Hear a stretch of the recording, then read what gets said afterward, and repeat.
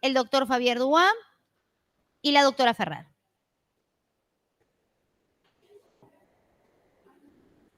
No.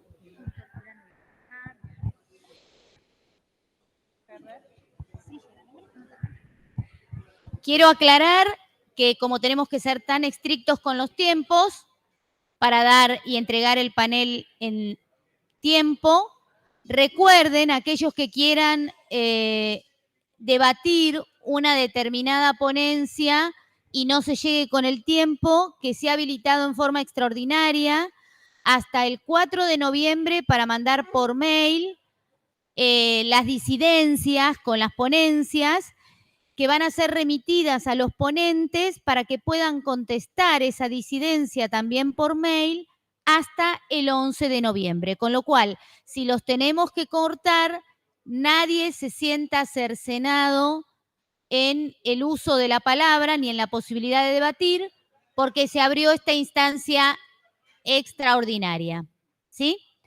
Bueno, vamos a empezar con el doctor Dobson, Juan Dobson, Personalidad Jurídica y Libertad Contractual, que se encuentra en el tomo 1 del libro de ponencias, página 113.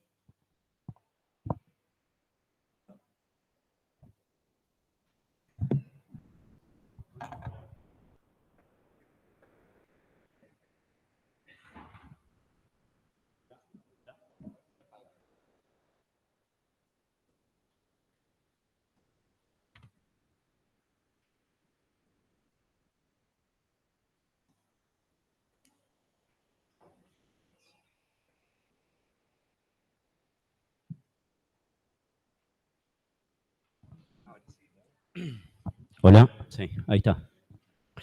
Bueno, la ponencia que presenté tiene que ver con la relación existente entre la personalidad jurídica y la libertad contractual. Esta relación que creo que se encuentra, como todo el derecho societario, en una tensión dinámica, parafraseando a Suárez Anzorena, y esta tensión hace que debamos analizar cómo la personalidad jurídica influye dentro de esta autonomía contractual. Por un lado, vemos un primer límite, o por lo menos veo yo un primer límite a esta autonomía contractual, dado por los elementos que tienen que existir al momento de constituir una sociedad, elementos que creo que denomino aportes, organización jurídica y comunidad de riesgo. Creo que por más que utilicemos la autonomía de la voluntad, estos elementos deben estar presentes en un contrato de sociedad para poder establecer que se trata de una sociedad. Y a partir de ese momento, no solamente tenemos ese límite, sino que tenemos también otro límite, cuál es la, llamémosle, imposición de la personalidad jurídica, dado que no veo que los socios al momento de constituir una sociedad puedan prescindir contractualmente de esa personalidad. Es decir, viene impuesta por el hecho de que existe una sociedad. Un segundo límite estaría dado por las consecuencias que esa personalidad acarrea, que tienen que ver con la capacidad, con la imputación diferenciada y con la responsabilidad diferenciada, que tampoco veo que los socios puedan modificar. Y un tercer límite que tiene que ver con el funcionamiento de la sociedad, que al ser una persona jurídica con personalidad jurídica diferenciada, debemos tener en cuenta los principios que influyen sobre esa personalidad diferenciada, entre ellos el principio del interés social, que creo que es aplicable a toda la legislación societaria, tanto Ley General de Sociedades como la LASE, y este principio del interés social hace que los socios deban respetar el mismo tanto en una figura como en unas figuras tipificadas en la Ley General de Sociedades, como también en las sociedades simples y en las sociedades por acciones simplificadas. Y en esto tiene importancia este principio del interés social que hace de nexo entre lo que es la personalidad jurídica y la autonomía contractual, y en el funcionamiento vamos a ver que este interés societario va a tener relevancia en lo que respecta a los derechos individuales de los socios, que entiendo yo en estas sociedades simples o en las SAS, en donde encontramos mayor flexibilidad al momento de su organización, no van a poder ser suprimidos aquellos derechos individuales que tengan que hagan defensa del interés social, ¿no? Entre ellos, por ejemplo, en la ponencia cito algunos, como por ejemplo la imposibilidad de derogar el derecho a la aprobación de balances, el derecho de voto, si son derechos que la doctrina ha calificado como derechos subjetivos colectivos. Nada más, nada más. Muchas gracias, doctor. Muchas gracias, doctor. Y también gracias por cumplir con el tiempo. El doctor Duprat, Diego, en coautoría con el doctor Raúl Echeverry, Derecho de separación del socio minoritario en las sociedades cerradas, página 121 del tomo 1. Bueno, muchas gracias. Bueno, antes que nada, buen día a todos y todas. Esta es una ponencia que hicimos con Raúl Aníbal Echeverry, que lamentablemente él no pudo asistir. Tiene su origen en una ponencia que él hizo en Rosario, a la que tampoco pudo venir a defender. Así que voy a tratar de... Después hicimos un mix, o hicimos una síntesis de lo que pienso yo y de aquella ponencia de Raúl, y acá está, hoy la defiendo. La ponencia es proponer la redacción e implementación de una norma de carácter supletorio aplicable en sociedades cerradas para permitir que los socios minoritarios puedan retirarse de la sociedad, ejerzan el derecho de separación de la sociedad con o sin causa. Este es un tema que abre un debate interesante. Ustedes saben que en las sociedades cerradas uno de los problemas o una de las causas que agrava los problemas habituales es el problema de salida. O sea, no se puede salir, y ¿esto qué hace? Genera conductas oportunistas para la mayoría, en que suele abusarse, suele oprimir a los socios minoritarios. Aún sin llegar a este extremo, también entiendo que el socio minoritario podría dejar de participar cuando ya no tiene ganas de participar en un proyecto a largo alcance, o que no cubre sus expectativas, o que no se siente cómodo, podría irse.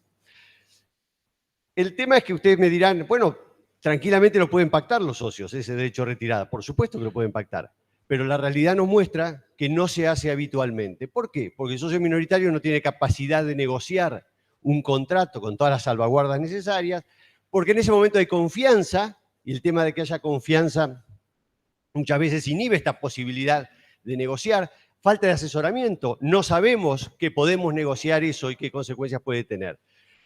Por lo tanto, lo que sugerimos es que exista como norma supletoria, las partes pueden pactar lo contrario, todas las veces que quieran, pero como norma supletoria en protección de los minoritarios, este derecho de salida. Podrán decirme que ese derecho de salida es una norma problemática. Por supuesto que es problemática. ¿Por qué? Porque poco atenta contra el principio de mayoría, porque puede despatrimonializar a la sociedad, porque puede ser una fuente de conducta oportunista, ahora sí, del socio minoritario, que va a presionar a los mayoritarios con su salida. Pero yo creo que a pesar de todo esto, me parece que es una norma sana, una norma que va a coadyuvar a las buenas relaciones que debe haber dentro de una sociedad, y porque el contrato societario tampoco tiene que ser un contrato de por vida o que siga avanzando por las generaciones futuras de los socios que constituyeron la sociedad. Por supuesto que esta norma supletoria debe estar condicionada, debe ser materia de mayor análisis, ver quién la puede ejercer, cuándo se puede ejercer, qué estado patrimonial tiene que tener la sociedad para poder ejercerla válidamente. Bueno, en fin, un montón de circunstancias que hay que tener en cuenta, pero básicamente la propuesta, reitero, es esta, que exista esa norma de base de carácter supletorio que permita, frente a la ausencia de un pacto en contrario, que permita al socio minoritario retirarse. Bueno, nada más, muchas gracias.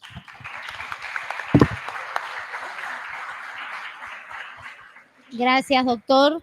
Qué panel de lujo que entregan antes de tiempo. El doctor Javier Dubois, lo invitamos, Eduardo. El derecho societario argentino posmoderno, contractualización, derechos humanos y prevención del lavado. Tomo 1, página 125. Bueno, buen día a todos. Muchas gracias, señor presidente. Esta ponencia nos llama a reflexionar sobre los cambios. Sí, ¿no se escuchó, señora presidenta? Perdón. Bueno, siempre se empieza mal y después se va para bien, como dicen los mexicanos. Vamos de menos a más. Voy a tener que resarcirme en el panel de género, decir algo muy importante. Pero lo voy a decir acá también, así que esto va a quedar resarcido. Bueno, la ponencia se refiere a los cambios, a reconocer los cambios y ver cómo estos cambios impactan sobre el derecho y cómo a veces impactan sin darnos cuenta. Entonces la ponencia lo que busca es darnos cuenta de estos cambios y ver qué hacemos con ellos. Primer tema, nuestra ley de sociedades, 19.550. ¿En qué momento fue creada, sancionada, puesta en vigencia? En lo cultural, el momento de la modernidad, el momento en el cual había sistema de modelos, la razón, el iluminismo, una ley general que contemplaba todos los casos, el derecho formal, del que nos hablaba Kelsen, todo un sistema jurídico armado sobre norma superior, norma inferior, procedimiento. Y también un sistema de solidaridad y un sistema de protección de los terceros. Este era el esquema de la modernidad. En lo económico, ¿qué esquema teníamos? El esquema del estado de bienestar. Recordemos que luego del estado neoliberal o liberal del principio, con motivo de la crisis del año 30, se retomó esta idea de Alemania, de Otto von Bismarck, de un estado de bienestar en el cual el Estado satisfacía una serie de prestaciones, sobre todo a la clase trabajadora, en orden a trabajo, obra social, seguridad, vivienda, educación, crédito, etcétera, etcétera. Era el momento del estado del bienestar y quien manejaba la sociedad era el Estado. En tercer lugar, era un momento de la tecnología analógica, que no hace falta que le expliquemos, o sea, no existía lo digital. Y cuarto lugar, bueno, esto que dijimos, un derecho formal. Para que una norma sea válida, tiene que haber una norma antecedente que la justifique. Entonces tenemos un derecho societario a la ley 19.550 totalmente publicista, con una serie de parangones que no se pueden modificar. Y luego digo, reconozcamos los cambios. La cultura de la modernidad entró en crisis y se llega a lo que hoy es la posmodernidad. Y en la posmodernidad ya los principios son distintos. En la modernidad era cumplir tu deber. En la posmodernidad es hacer la tuya. La modernidad era más bien solidaria. La posmodernidad es individualista. La modernidad es el sacrificio para el futuro. La posmodernidad es vivir el hoy, que el pasado no te interesa y el futuro va a ser distópico. Entonces cambió el eje totalmente en lo cultural. Cambió el eje también en lo económico. Pasamos del estado de bienestar, la crisis del estado de bienestar, era muy caro atender el estado de bienestar, cae el comunismo en la Rusia soviética y a partir de ahí viene el neoliberalismo, que este neoliberalismo a su vez después se globaliza y hoy tenemos eso, el neoliberalismo en su malestar. En el tema tecnológico, ni que hablar de todo lo que apareció. Ya estamos estudiando las plataformas DAO, estamos estudiando toda una enorme revolución a partir de la revolución digital, de la cuarta revolución industrial, con esto de que no solo nos comunicamos por vía digital, además de comunicarnos, se procesa la vida. Y hoy, ¿quiénes son las grandes multinacionales? Google, la que maneja el tesoro o el petróleo del siglo XXI, los datos, que son los que nos mueven. Entonces, esto también cambió. Y lo vimos incluso en la pandemia con las conexiones digitales, ¿no es cierto? Y finalmente también cambió el derecho. El derecho de la modernidad murió en Nuremberg. En Nuremberg no había forma de juzgar a los criminales porque habían cumplido la ley alemana. Ese derecho murió, entonces hoy hay un derecho posmoderno más abierto. ¿Qué quiero decir con esto? Entonces hubo estos cambios y hoy los tenemos en nuestra ley de sociedades. Fíjense que tenemos instituciones que todavía responden al modelo publicista, la exigencia de sustrato empresarial, mi pregunta de recién, interés social empresarial, las estipulaciones nulas del 13, el debate de la SAS, intangibilidad del capital social, la policía societaria, limitaciones a los grupos, etc. Pero también tenemos el contractualista, que están conviviendo el sistema de la SAS, que es la sociedad más posmoderna posible, la unipersonalidad, derogación de la tipicidad, libertad estatutaria, libertad en asociativos, reconocimiento de pactos de socios, etc. Pero tenemos dos paradigmas nuevos. El paradigma humanista, que de alguna manera se refería a la ponencia de Daniel Alonso de recién. Ya es tiempo. Bien. Terminé con esto entonces. Paradigma humanista con responsabilidad social, benéfica, fábricas recuperadas, bla, bla, bla. En definitiva, la ponencia lo que dice, analicemos los 4 paradigmas que están aquí en juego y tratemos de hacer con ellos la mejor solución interpretativa. Gracias. Perdón. Muchísimas gracias, doctor. Convocamos a la doctora Alicia Ferrer. Su ponencia es el principio de autonomía de la voluntad en el proyecto de la Ley de Sociedades Comerciales uruguayo, página 137 del tomo 1 de ponencias. Gracias. Su tiempo, doctora. Bueno, buenos días. Escuchaba recién a Eduardo hablar de tantos cambios, ¿verdad? Pero hay algo que no ha cambiado a lo largo de los siglos, y es que la libertad es uno de los derechos esenciales que está consagrado básicamente en todas las constituciones a nivel global. Eso afortunadamente se mantiene.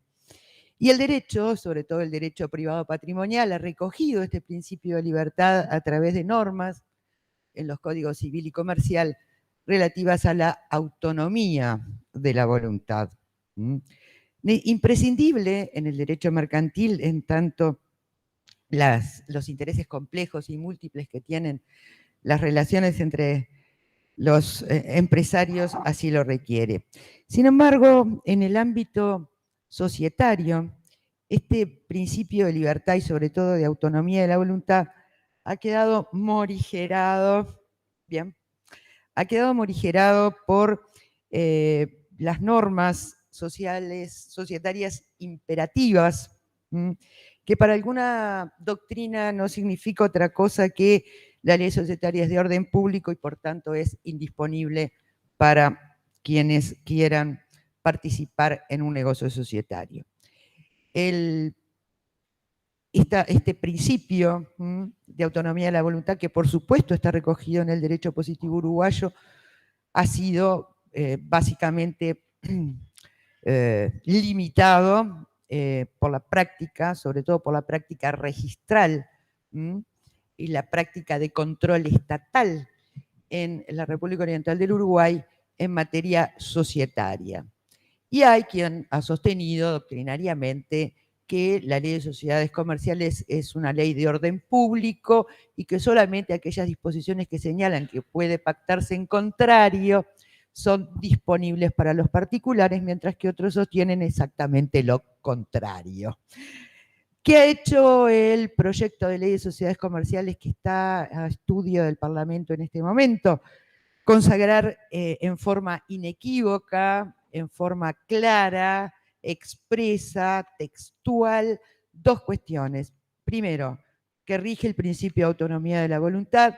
Segundo, que las normas de la ley son dispositivas, excepto aquellas en las cuales está en juego otros intereses y que a texto expreso también se dice que son indisponibles. Pero la solución de principio, inequívocamente, es la disponibilidad y la autonomía de la voluntad, que no es nueva, ya viene de la Ley de Sociedades por Acciones Simplificadas, que ha sido muy bien aceptada en la Plaza Nacional, o sea que el principio realmente merece ser contemplado.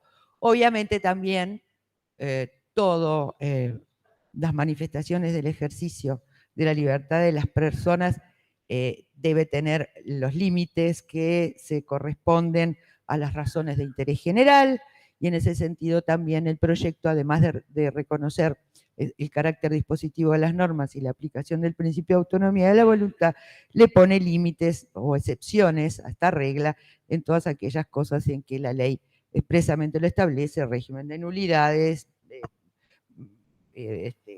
acciones de responsabilidad, etcétera, etcétera, cuestiones que son notoriamente indisponibles en función de su interés público. Muchas gracias. Muchísimas gracias, doctora. Bueno, la expertise de los ponentes nos ha dejado tiempo para el debate, con lo cual vamos a ver de la lista de oradores cuántos son y vamos a adaptar y capaz que tengamos un poquito más, lo mismo que se va a ampliar en su caso el tiempo para poder replicar. A ver.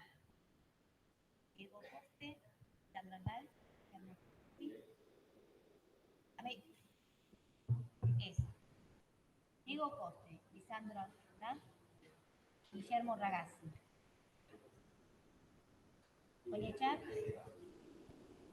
Coniechar. Doctor. ¿Escuchaste? Ábalos. El doctor Ábalos. Dazo. Jungenbas.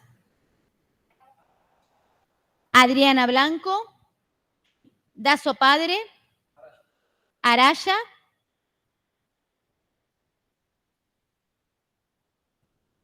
¿Cerramos la lista? ¿Cuántos somos? Bueno, pero vamos a ampliar a 1 minuto y medio porque tenemos tiempo. Vamos a ampliar la réplica también, pero 1 minuto y medio.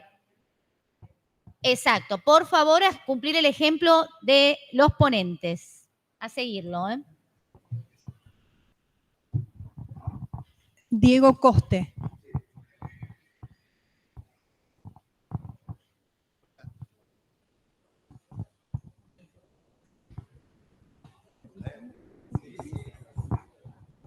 Hola.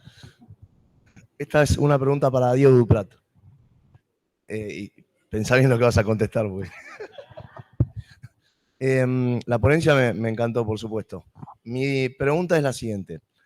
Si hay una norma supletoria que puede ser disponida o dispuesta por las partes, cuando el estatuto lo van a redactar las mayorías, la pueden excluir automáticamente. Entonces, a la pregunta en concreto es, ¿qué pensás de la posibilidad de resolver parcialmente el contrato de sociedad por violación de la causa fin? Un tema que creo que lo hemos conversado. Es decir, no es necesario ninguna reforma legislativa. Con la introducción de las normas de los contratos bilaterales a los contratos plurilaterales, la violación de la causa fin podría permitir ejercer el pacto comisorio cuando se violan los derechos esenciales del socio. Si es posible, si lo ves viable y si es compatible con tu ponencia.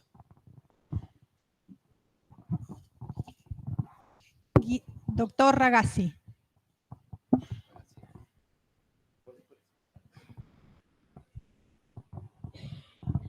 Qué difícil, 1 minuto y medio, por favor. Con respecto a la ponencia del doctor Duprat, bueno, estoy totalmente de acuerdo. Excelente.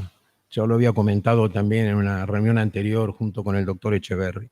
Pero alguna reflexión en todo caso para mi amigo para el doctor Javier Dubois, para quienes lo conocen, respecto a esta etiquetación o etiquetas o categorías en las cuales él está planteando el derecho societario moderno.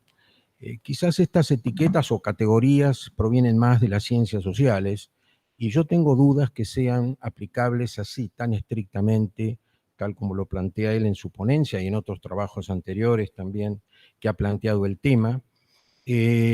teniendo en cuenta el grado de flexibilidad, de amplitud con el cual debemos analizar todas las cuestiones vinculadas con las ciencias jurídicas. Por ejemplo, tengo mis dudas que la SAS sea un modelo contractualista, producto del neoliberalismo. Este es una exacerbación del individualismo y una manifestación de la globalización. Bueno, yo tengo mis serias dudas que realmente la SAS, como otras normas a las cuales se ha citado, tengan estas categorías. De modo tal que mi reflexión es replantearnos si realmente esto produce, digamos, esta categorización o esta visión de ver así por categorías el derecho societario, no nos lleva acaso a un acotamiento de una reflexión más profunda sobre las figuras y las instituciones. Gracias. Gracias, doctor. Doctor Haddad.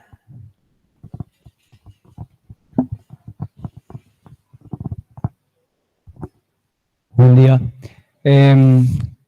Doctor Javier Dubois, yo no estoy de acuerdo con el concepto de neoliberalismo. El liberalismo es siempre el mismo desde que nació.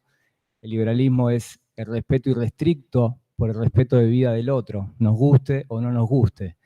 La terminología neoliberal es una terminología, digamos, a mi entender, errónea. El liberalismo es el mismo de siempre, desde que nació, al igual que el marxismo y al igual que el socialismo.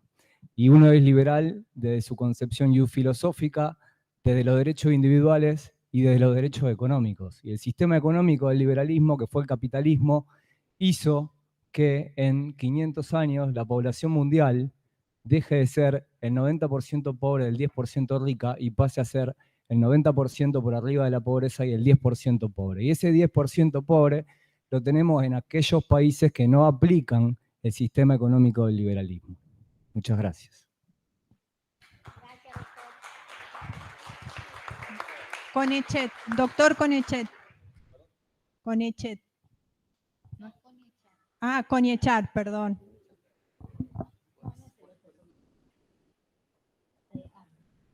El doctor Ábalos, por favor. Sí, buen día. Coincido con el doctor Duprat, que es un avance en la legislación promover la inclusión de lo que él propone. Sí me gustaría saber cuál sería su opinión o su aporte, en el sentido de que a veces en la práctica puede dificultarse el ejercicio de ese derecho que él entiende supletorio en lo que hace a la evaluación del componente de su salida, de su componente accionario, y en el plazo de pago que pudiera tener la sociedad y qué mecanismos pudiera tener la sociedad para hacer efectivo ese derecho y que no termine siendo ilusorio. Gracias. Muchas gracias, doctor. Dazo, doctor Dazo. Dazo.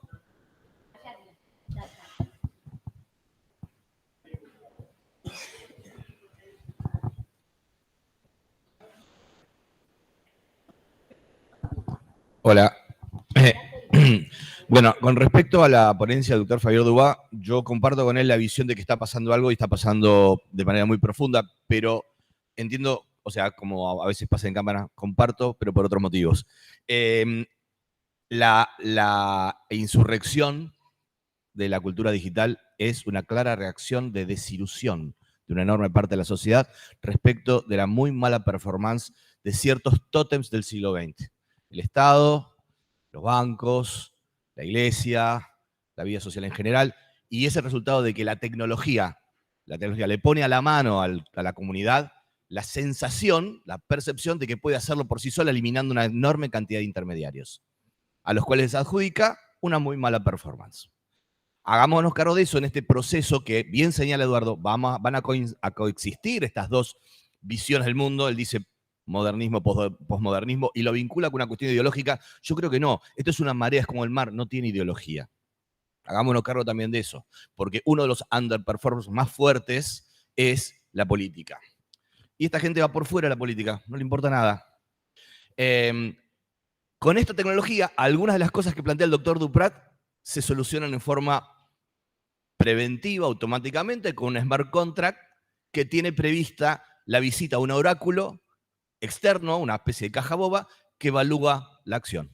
Y con esto automáticamente sale. Chao. Muchas gracias, doctor. El doctor, ya que estamos por ahí, el doctor había levantado la mano. Muchas gracias. ¿Quién es? Bueno, mi nombre es Marcelo Saleme Murad, para que lo anote si quiere. Lamento que no esté el doctor Curá o en la defensa de la primera ponencia, porque esa fue justamente, ese exacto nombre es el nombre de mi tesis doctoral, hacia una teoría general del derecho societario que apadrinó mi estimadísimo doctor Fabio Dubois, que no terminé. Cuando la presenté acá, en esta casa, en la Universidad Nacional de Córdoba, los miembros de la mesa me miraron como si fuera un marciano. Y después me dijeron, no, es un tema que todavía no está en debate en la doctrina. Pero ¿por qué es ahora relevante? Porque estamos observando casualmente la tensión enorme entre la teoría de la institución y la teoría contractualista ante la aparente caída del contrato plurilateral de organización con las sociedades anónimas unipersonales.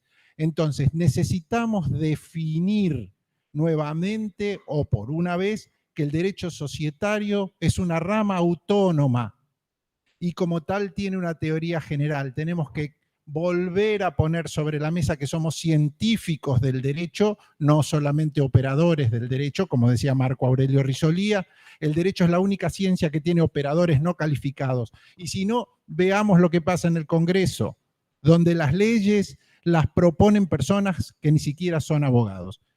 Invito a todos a trabajar sobre esta teoría general del derecho societario y aprovechemos que ya está en el aire. Gracias. Muchas gracias. Doctor Shunshebas.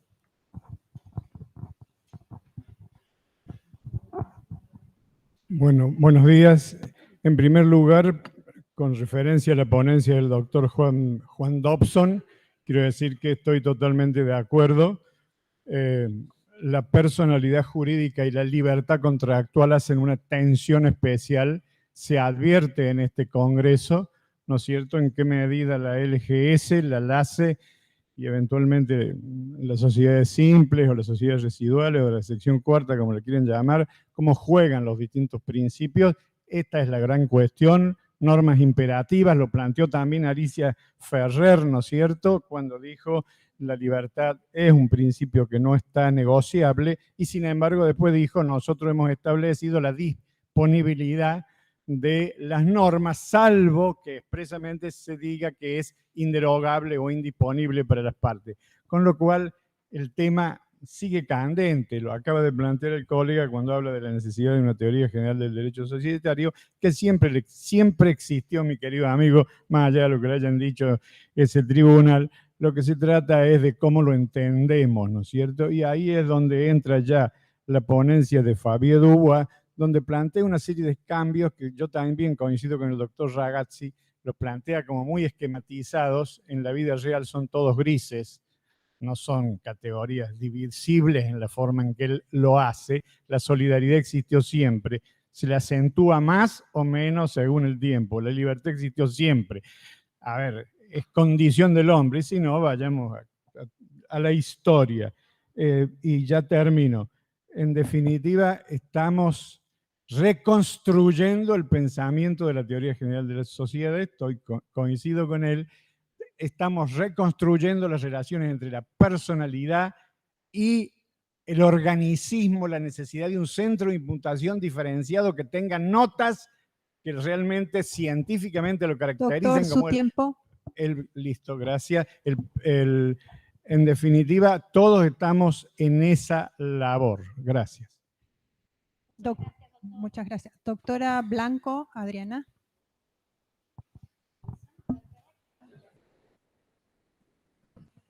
Sí, bueno, lo que le pasa a los que hablan en último lugar, por supuesto, nos sacan un poco los temas. Primero, coincidir con la ponencia del doctor Duprat me parece excelente.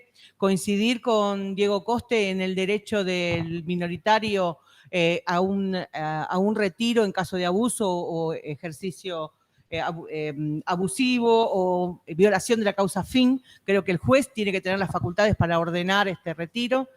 Me parece que también otro colega que habló antes puso el eje en lo que yo quería decir, que es el tema de la evaluación. Creo que con todos los que manejamos conflictos societarios sabemos que yo te compro o vos me comprás, eso está claro. El tema es cuánto vale la sociedad.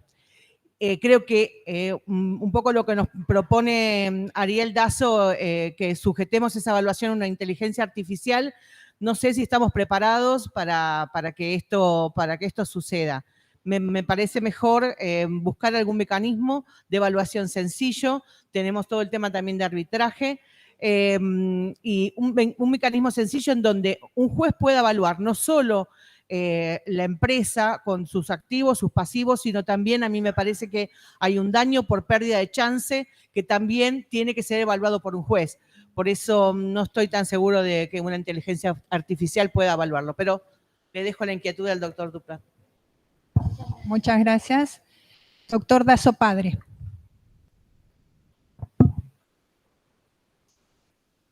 En mi adulterio intelectual, el tema del receso, como ustedes saben, es uno de mis muchos amores. Y quizá el primero, de modo tal que nunca debemos olvidar que es un derecho sustancial del socio inderogable. Es un derecho unilateral. No lo puede discutir nadie. Es de orden público y nulas todas las cláusulas estatutarias o decisiones asamblearias que lo limiten, ni siquiera que lo excluyan. Las causales están expresamente determinadas por la ley y las de transfusión, fusión y escisión son las únicas que tienen un sistema constitucional que en ocasiones puede evadir la inconstitucionalidad de la norma del artículo 245, inciso 5, que evidentemente por influencia de corporaciones mayoritarias y juristas que las apoyan, se mantiene todavía en forma tal que el sistema de evaluación ha tenido que ser superado con el recurso de inconstitucionalidad que debe plantarse siempre respecto de ese artículo 245. Gracias. Muchas gracias, doctor. Doctor Araya.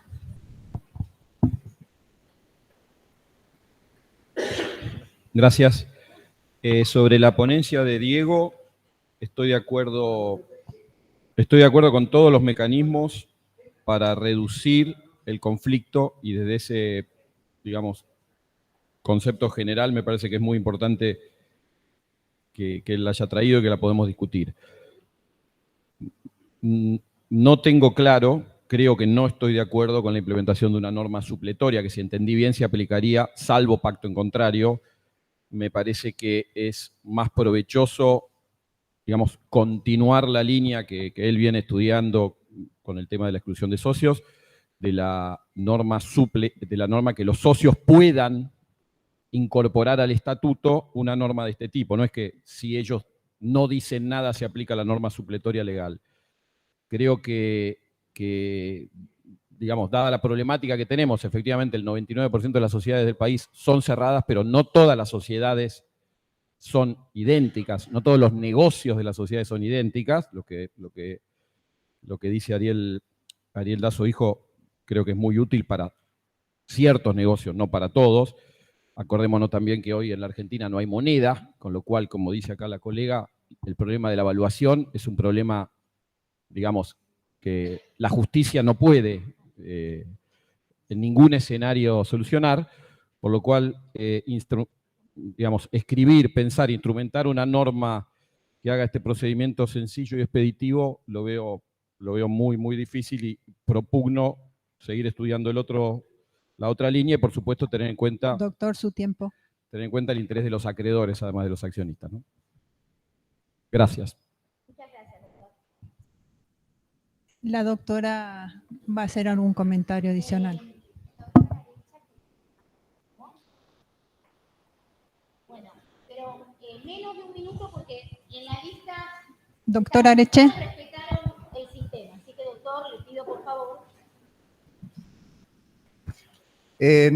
Para el doctor Duprat, la propuesta de establecer reforma supletoria me parece sumamente interesante, pero yo creo que me orientaría más a una norma sanción, es decir, la posibilidad de el retiro del socio por una cláusula de abuso, o como decía Diego, por pacto comisario por incumplimiento de la causa fin. Sobre todo por algo que mencionó Diego, que es muy interesante, que es si fuera por la mera voluntad del socio, ¿cuáles serían las condiciones? Y él habló de la situación patrimonial de la sociedad, que me gustaría que profundice un poco en ese sentido. Muchas gracias.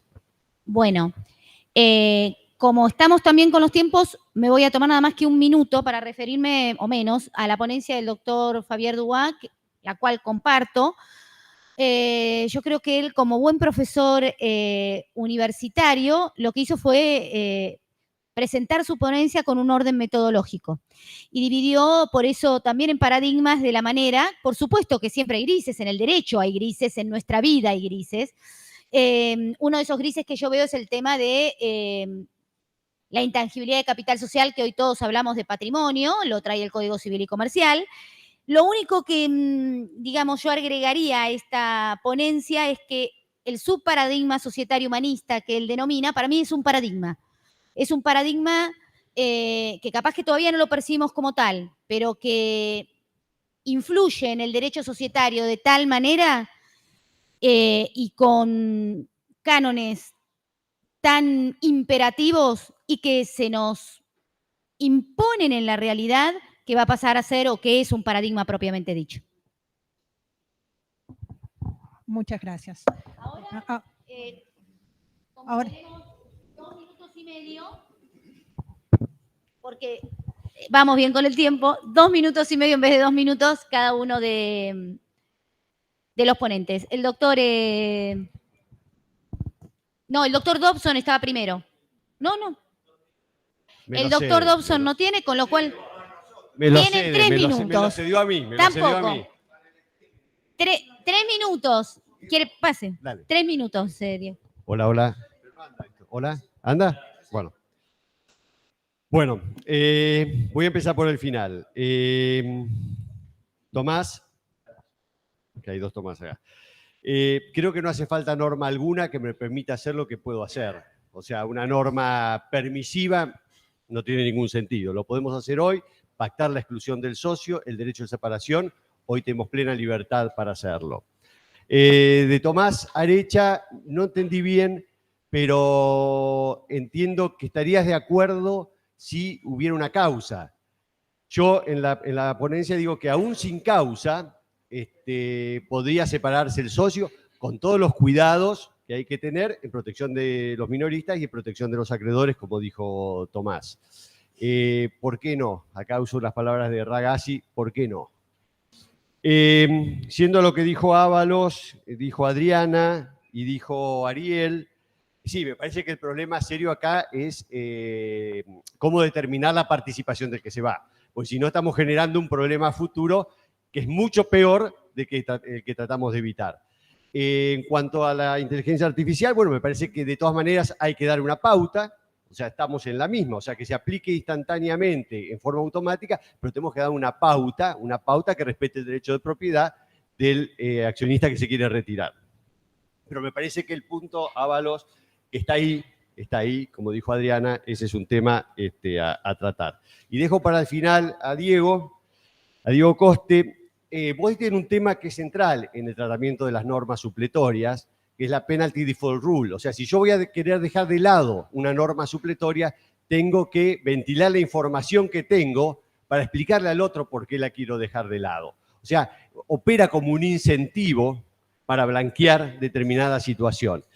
Y la otra pregunta que tiene que ver con la causa fin, si esto da para frustración, mirá, si se quiere ir solo, pienso que no. Yo lo de la causa fin no lo tengo muy claro, cuál es la causa fin del contrato sociedad, si no es una mera regulación neutra a muchas cosas, neutra al lucro, neutra a la actividad empresaria. Yo creo que en definitiva es lo que las partes quisieron poner en el contrato y lo que los inspiró a las partes a celebrar ese contrato. Es cierto, es importante la distribución de ganancias, la participación de los beneficios, llevar a cabo una empresa común, es cierto.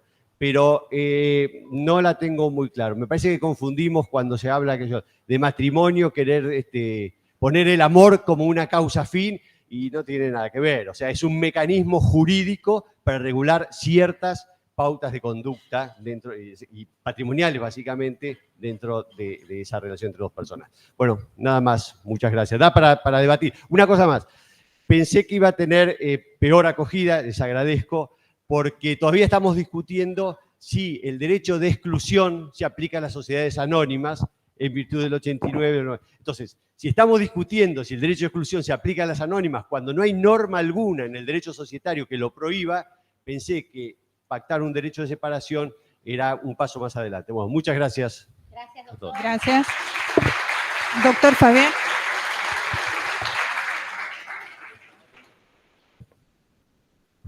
Gracias, señora presidenta.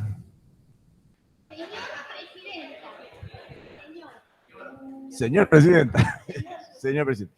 Bueno, gracias por la acogida de la ponencia. Yo pensé que iba a pasar inadvertida diciendo, bueno, esto es obvio. Y no, cuando es una ponencia es obvio y decir, bueno, ¿para qué la hizo? Bueno.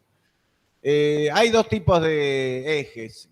Primero, bueno, el eje, el liberalismo, neoliberalismo, como le quieran llamar, si el reemplazo del Estado por el mercado es lo mejor. O sea, si el mercado solo puede promover o no el bien común en las cosas que no son ganancias, si el mercado es o no democrático, porque en la democracia es un hombre un voto, una mujer un voto, en el mercado es un peso un voto. Bueno, es otra discusión, agradezco porque es un tema que está subyacente acá. También comprendo que los que venimos de regímenes con muchas restricciones o muchas limitaciones, ansiamos la libertad. Y los que vienen de regímenes muy liberales ansían alguna regulación. Igual no nos olvidemos que el estudio de Piketty sobre el capitalismo del siglo XXI dijo que el capitalismo del siglo XXI produce cada vez más ganancias para el capital y cada vez menos ganancias para los trabajadores. Y también que con la tecnología el trabajo se destruye, con lo cual tenemos que ir a la subvención universal. Y esto requiere de políticas, porque si renunciamos a la política, que es la expresión de la democracia, renunciamos a la democracia y nos vamos a un esquema donde simplemente mandan los ricos. Más allá de eso, a las objeciones de los profesores. Sí, son 4 abstracciones, digamos, ¿no es cierto? La publicista, la contractualista, la humanista, lo pongo como subparadigma porque en la ley no está.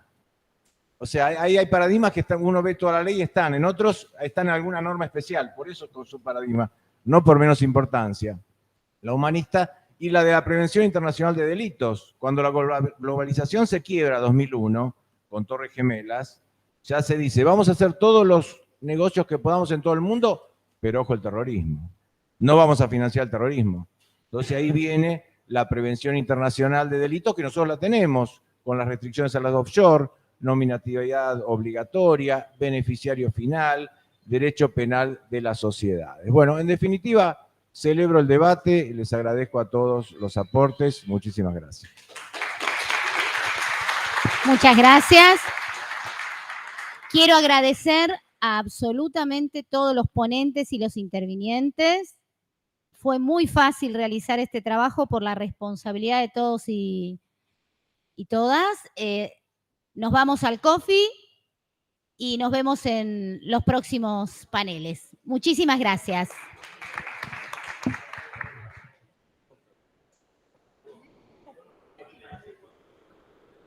Castrilli. Excelente, excelente. Muy bien. Y participaron un montón.